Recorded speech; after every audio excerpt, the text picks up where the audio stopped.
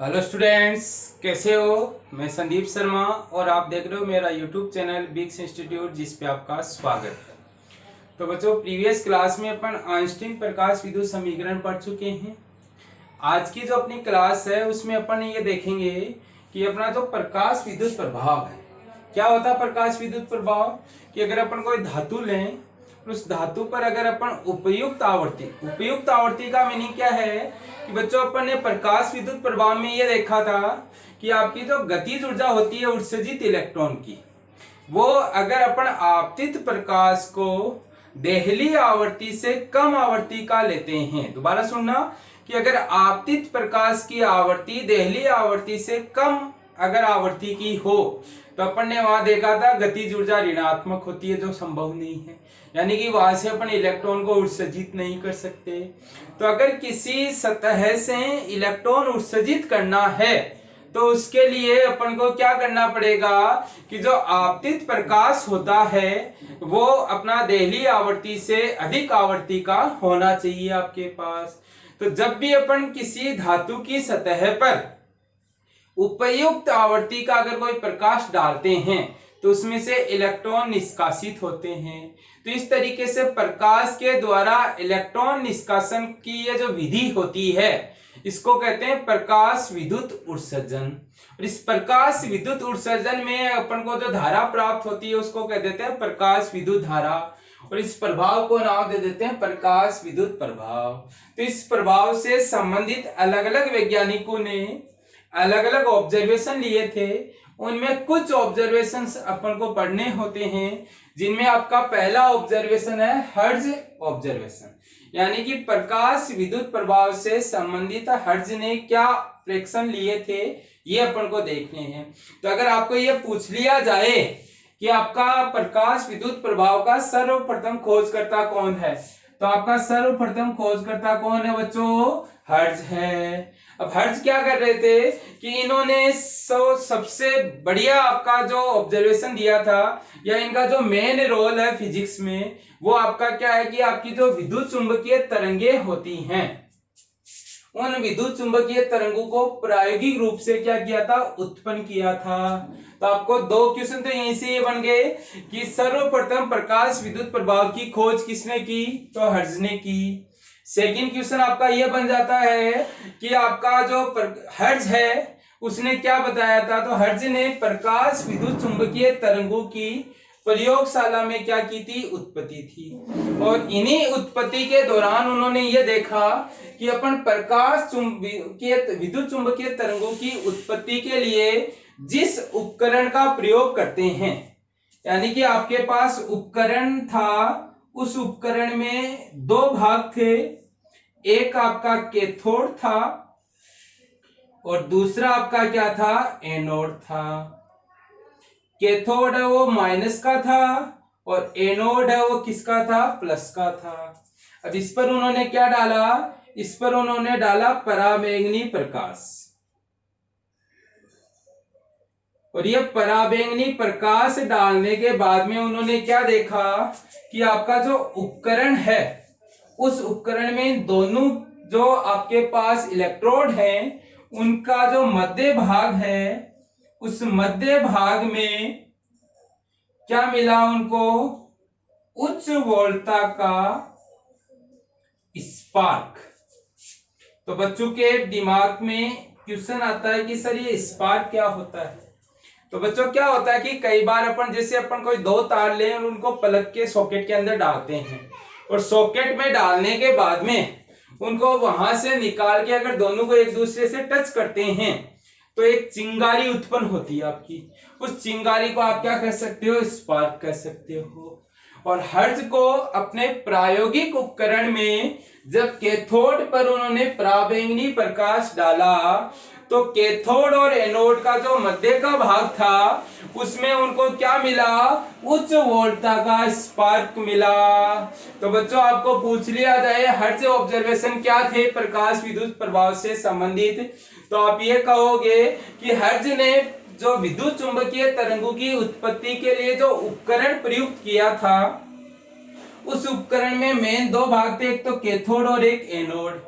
Cathode का जो भाग था उस पर उन्होंने क्या डाला, पराबैंगनी प्रकाश डाला। और पराबैंगनी प्रकाश डालने के कारण उपकरण में कैथोड और एनोड के बीच का जो भाग था उस भाग में उनको क्या मिली, उच्च वोल्टता का स्पार्क मिला।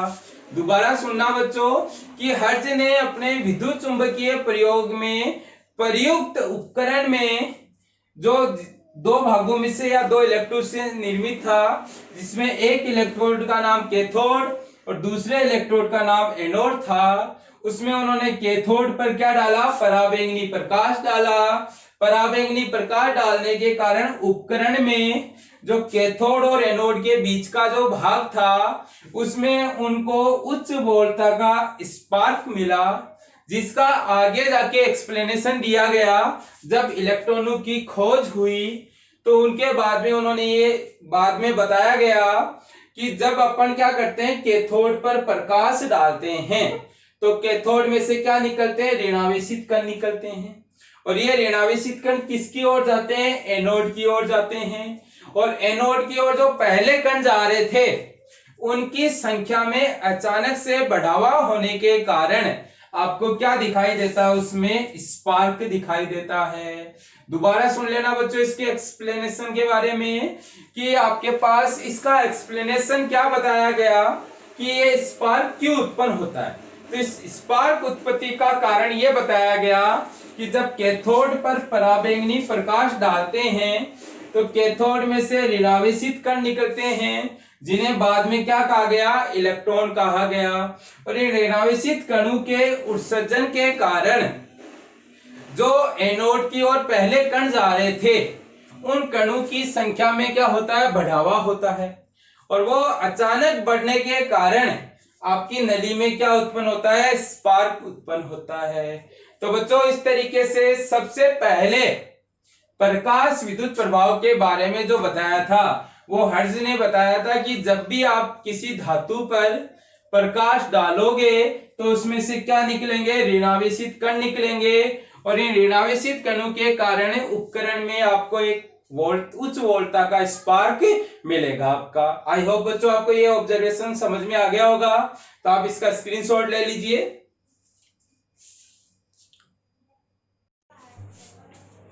देखो बच्चों अपना जो सेकंड ऑब्जर्वेशन आता है वो आता है हॉलवेस के फ्रैक्शन। हॉलवेस ने आपका जो हर्ट्ज था उसके कुछ समय पश्चात लगभग 1 साल के बाद में कि ये बताया कि जब भी अपन किसी धातु की सतह पर कोई प्रकाश डालते हैं तो उसमें से क्या होते हैं, ऋणावेशित कण उत्सर्जित होते हैं। यानी कि ऋणावेशित कणों की पुष्टि है वो किसने की थी, हॉलवेस ने की थी। अब इसने इस पुष्टि के लिए विद्युतदर्शी ली थी। और विद्युतदर्शी के बारे में अपन पढ़ चुके हैं कि विद्युतदर्शी में ये आपकी कोई धातु की छड़ होती है। इस धातु की छड़ के नीचे क्या लगी होती है, सोने की पनियां लगी होती है, गोल्ड की। और ऊपर अपन क्या करते हैं कि जिस वस्तु का आवेश का मापन करना है उस वस्तु को संपर्क में लाते हैं। तो इन्होंने क्या किया था, एक विद्युतदर्शी ली और उस विद्युतदर्शी के ऊपरी सिरे पर जस्ते की एक प्लेट जोड़ी और उस जस्ते की प्लेट पर इन्होंने क्या डाला, पराबैंगनी प्रकाश डाला। और पराबैंगनी प्रकाश डालने के बाद में इन्होंने ऑब्जर्व किया कि अगर जस्ते की प्लेट प्रकाश डालने से पूर्व कैसी हो, उदासीन हो। उदासीन होने का मीनिंग उस पर Q की वैल्यू कितनी हो, 0 हो। तो प्रकाश डालने के पश्चात ये जो जस्ते की प्लेट होती है ये आपके पास कैसी हो जाती है, धनावेशित हो जाती है। पहला ऑब्जर्वेशन ये ऑब्जर्व किया उन्होंने कि अगर प्रारंभ में जस्ते की प्लेट को उदासीन लिया जाए तो आपका प्रकाश डालने के पश्चात प्लेट कैसी हो जाती है, धनावेशित।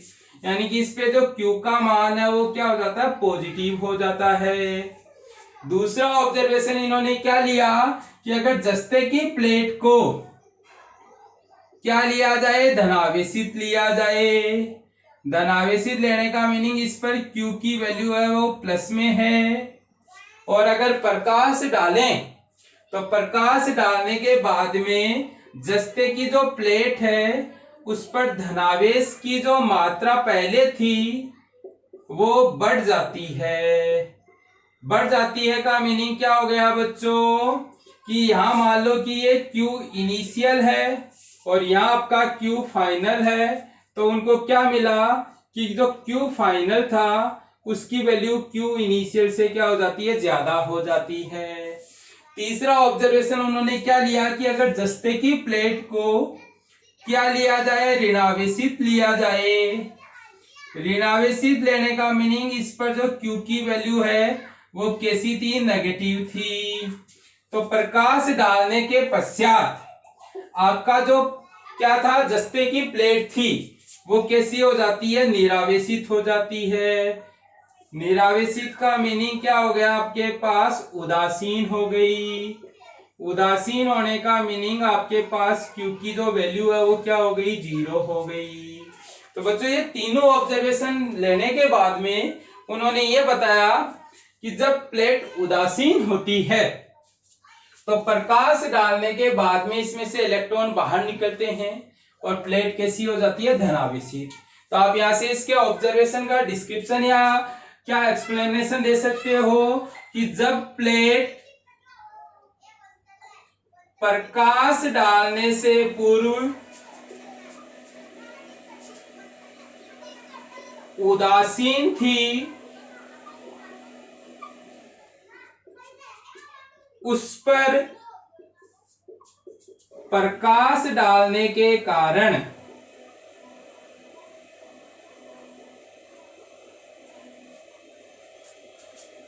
ऋणावेशित कण उत्सर्जित होते हैं। ऋणावेशित कण, और ऋणावेशित कणों में आप क्या कह सकते हो, इलेक्ट्रॉन बाहर निकलते हैं और प्लेट धनावेशित हो जाती है।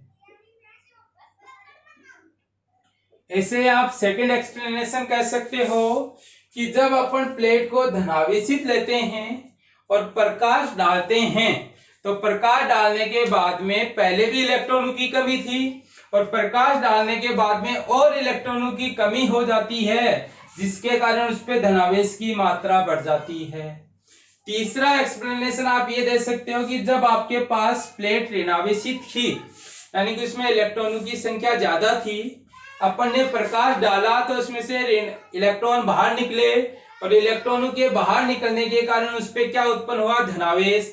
उस धनावेश ने उस ऋणावेश को खत्म किया और प्लेट कैसी हो गई, निरावेशित या उदासीन हो गई। तो इस तरीके से होलवेस ने ये प्रयोग करके ये ऑब्जर्वेशन लिए और ऑब्जर्वेशन के बेसिस पे उन्होंने ये बताया कि जब जब आप किसी धातु की प्लेट पर प्रकाश डालोगे तब तब उसमें से क्या निष्कासित होंगे, ऋणावेशित कण निष्कासित होंगे, जिनको अपन क्या नाम दे देते हैं, इलेक्ट्रॉन का नाम दे देते हैं। तो बच्चों ये आपका सेकंड ऑब्जर्वेशन था, जो भी आपका प्रकाश विद्युत प्रभाव को क्या करता था, सपोर्ट करने का काम करता था। आई होप आपको ये भी समझ में आ गया होगा, तो आप इसका स्क्रीनशॉट ले लीजिए। अब बच्चों अपना तीसरा प्रेक्षण आता है लेनार्ड के प्रेक्षण। अब लेनार्ड के प्रेक्षण के लिए लेनार्ड ने एक प्रयोग किया था। उस प्रयोग में उन्होंने एक निर्वातित कांच की बॉक्स ली। इस कांच की बॉक्स में उन्होंने 2 इलेक्ट्रोड लगाए, जिसमें पहला इलेक्ट्रोड था माइनस से कनेक्टेड और दूसरा इलेक्ट्रोड था प्लस से कनेक्टेड। और इसी के साथ साथ उन्होंने एक धारा मापी लगाया, जिसका प्रयोग उन्होंने धारा का मापन करने के लिए किया। और उन्होंने इस कैथोड की प्लेट जो सी थी उस पर प्रकाश डाला। तो बच्चों उन्होंने प्रयोग में क्या किया, एक कांच का बॉक्स लिया, उस कांच के बॉक्स में 2 धातु की प्लेटें लगाई, जिसमें एक धातु की प्लेट को माइनस से और दूसरी धातु की प्लेट को किससे जोड़ा, प्लस से। तो जो माइनस से जुड़ा उसको उन्होंने कैथोड नाम दिया और जो प्लस से जुड़ा उसको उन्होंने एनोड नाम दिया। तो यहाँ C आपका कैथोड है, A आपका क्या है, एनोड है। तो इस तरीके से उन्होंने इस परिपथ में एक धारामापी का प्रयोग किया, जिसका प्रयोग उन्होंने धारा का मापन करने के लिए किया। तो ये तो उनका सेटअप था। अब ये सेटअप करने के बाद में उन्होंने ऑब्जर्व क्या किया कि जब अपन इस कैथोड पर प्रकाश डालते हैं तो धारामापी में तुरंत धारा प्रवाहित होने लगती है। दोबारा सुनना बच्चों, लेनार्ड ने क्या बताया कि जब कैथोड यानी सी प्लेट पर पराबैंगनी प्रकाश डाला जाता है तो आपके पास ही धारामापी में क्या प्रवाहित होने लगती है, धारा प्रवाहित होने लगती है। और जैसे ही यह प्रकाश डालना बंद कर देते हैं तो इसमें धारा का प्रवाह भी रुक जाता है। क्या बताया कि जब कैथोड की प्लेट पर प्रकाश डालते हैं तो धारामापी में तुरंत धारा प्रवाहित होने लगती है, और जैसे ये प्रकाश डालना बंद कर देते हैं तो इस धारामापी में धारा बहना भी बंद हो जाता है। फिर उन्होंने क्या किया कि कैथोड की बजाय एनोड पर अपना प्रकाश डाला, और जैसे इस एनोड पर उन्होंने प्रकाश डाला तो उन्होंने ये देखा कि परिपथ में या तो धारा बहती ही नहीं है, और अगर अपन इतनी आवृत्ति का प्रकाश ले लेते हैं कि बहुत ज्यादा उच्च आवृत्ति हो तब उसमें जो धारा बहती है वो बहुत ही क्षीण धारा बहती है। क्षीण धारा का मीनिंग है बहुत कम धारा बहती है जिसका अपन को ज्यादा आइडेंटिफिकेशन यहाँ मिलता नहीं है। तो उन्होंने दो ऑब्जर्वेशन लिए।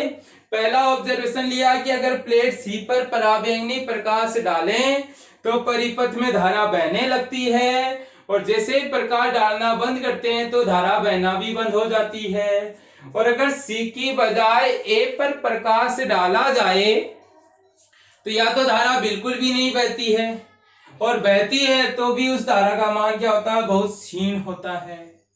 तो इन दोनों प्रेक्षण के बाद में उन्होंने ये बताया कि जब हम कैथोड की प्लेट पर प्रकाश डालते हैं तो इस कैथोड की प्लेट से क्या होते हैं, ऋणावेशित कण बाहर निकलते हैं, और इन ऋणावेशित कणों को एनोड की प्लेट जो किस पे होती है, धन विभव पर होती है, अपनी ओर आकर्षित करती है, और आकर्षित करेगी तो इस तरीके से परिपथ पूरा होगा, और परिपथ पूरा होने के कारण इसमें क्या बहने लगती है, धारा बहने लगती है। क्या बताया बच्चों उन्होंने कि जैसे ही हम प्रकाश डालते हैं कैथोड प्लेट पर, वैसे ही इस कैथोड प्लेट में से ऋणावेशित कण बाहर निकलते हैं जिनको यह धनावेशित प्लेट अपनी ओर आकर्षित करती है, और परिपथ पूरा होने के कारण इसमें धारा बहने लगती है। प्रकाश डालना बंद किया यानी इसमें से कोई कण नहीं निकले, और कोई कण नहीं निकले तो कोई धारा प्रवाहित नहीं हुई। इसी के साथ साथ उन्होंने दूसरा कारण यह बताया कि जब अपन एनोड पर प्रकाश डालते तो धारा क्यों नहीं बहती। तो उन्होंने ये बताया कि जब एनोड पर प्रकाश डालते हैं तो एनोड में से निकलने वाले कण माइनस के, और सामने भी कैसा आवेश है, माइनस का, तो ये दोनों एक दूसरे को प्रतिकर्षित करते हैं जिसके कारण परिपथ पूरा नहीं होता है और इसमें कोई धारा प्रवाहित नहीं होती है। तो इस तरीके से आपके पास लेनार्ड ने भी प्रयोग से बता दिया, हॉलवेस ने भी प्रयोग से बता दिया, और हर्ट्ज ने भी बताया कि जब जब अपन क्या करते हैं, किसी धातु पर प्रकाश डालते हैं तो उस धातु में प्रकाश डालने पर हमें अजीब सी एक प्रतिक्रिया देखने को मिलती है, और उस अजीब सी प्रतिक्रिया का बाद में जाके एक्सप्लेनेशन दिया गया जब आपका 1897 में जे थॉमसन ने इलेक्ट्रॉनों की डिस्कवरी की। तब जाके इन्होंने कहा कि ये जो ऋणावेशित कण बाहर निकलते हैं, इन ऋणावेशित कणों को अपन क्या नाम देते हैं, इलेक्ट्रॉन का नाम देते हैं। तो बच्चों तीन ऑब्जर्वेशन आए, पहले हर्ट्ज का, फिर हॉलवेस का, और तीसरा लेनार्ड का। ये तीनों ऑब्जर्वेशन किसको सपोर्ट करते हैं कि इनपुट में तो हम प्रकाश लेते हैं, आउटपुट में अपन को ऋणावेशित कण प्राप्त होते हैं, और इन ऋणावेशित कणों को अगर प्रवाहित किया जाए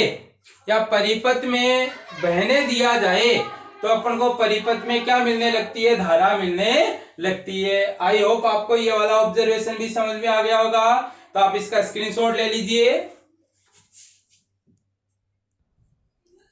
देखो बच्चों, हॉलवेस और लेनार्ड ने जो फ्रैक्शन लिए थे उन्हीं फ्रैक्शनों में उन्होंने ये भी बताया कि अगर अपन धातु पर आपतित प्रकाश की आवृत्ति का मान विशेष मान से कम रखते हैं तो कोई प्रकाश इलेक्ट्रॉन उत्सर्जित नहीं होता।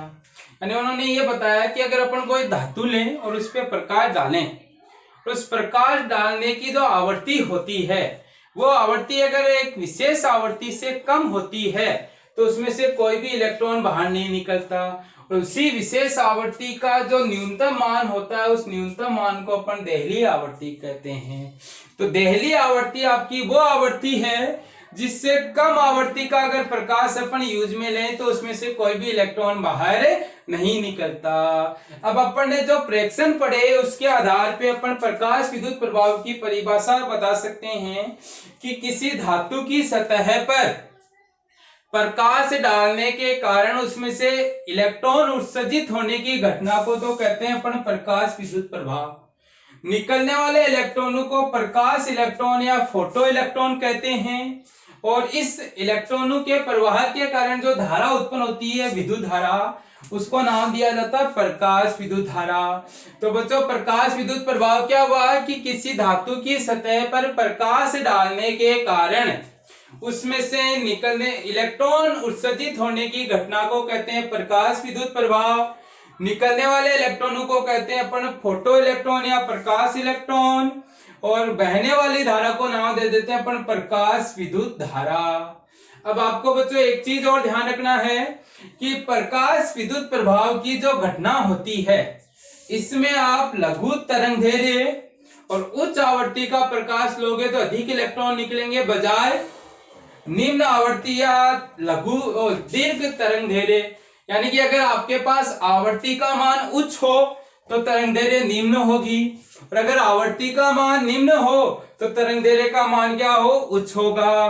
तो उच्च आवृत्ति का प्रकाश ज्यादा इलेक्ट्रॉन उत्पन्न करेगा और निम्न आवृत्ति का जो प्रकाश है उसमें से उत्सर्जित होने वाले जो इलेक्ट्रॉन हैं उनकी ऊर्जा का मान क्या मिलेगा, आपको कम मिलेगा। तो बच्चों, ये आपके पास प्रकाश विद्युत प्रभाव और उससे संबंधित प्रेक्षण थे। अब अपन ये पढ़ेंगे कि आवृत्ति को कम ज्यादा करेंगे तो क्या होगा, ऐसे ही अगर अपन तीव्रता को कम ज्यादा करेंगे तो क्या होगा। इसको कहते हैं प्रकाश विद्युत प्रभाव का प्रायोगिक अध्ययन। वो अपन नेक्स्ट क्लास में पढ़ेंगे। आई होप आपको ये समझ में आ गया होगा। तो बच्चों, आज की क्लास आपको कैसी लगी इसके बारे में आप कमेंट सेक्शन में कमेंट करके जरूर बताएं। स्क्रीनशॉट ले लीजिए। Thank you.